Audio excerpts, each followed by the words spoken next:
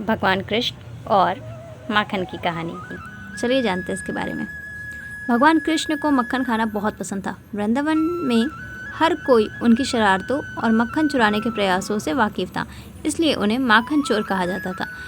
कृष्ण की माँ यशोदा कृष्ण से मक्खन को छुपाने के लिए इसे ऊंचाई पर बांध देती थी। एक बार जब यशोदा आसपास नहीं थी तो कृष्ण ने अपने दोस्तों को बुलाया। वे एक दूसरे के ऊपर चढ़ गए और कैसे भी वह मक्खन के बर्तन तक पहुंचने में कामयाब रहे। सभी ने मिलकर मक्खन से भरा बर्तन नीचे उतार लिया और बड़े मज़े से मक्खन को मिल बांट कर खाया। लेकिन दुर्भाग्य से उन्हें एहसास नहीं हुआ कि माँ यशोदा वापस आ गई हैं।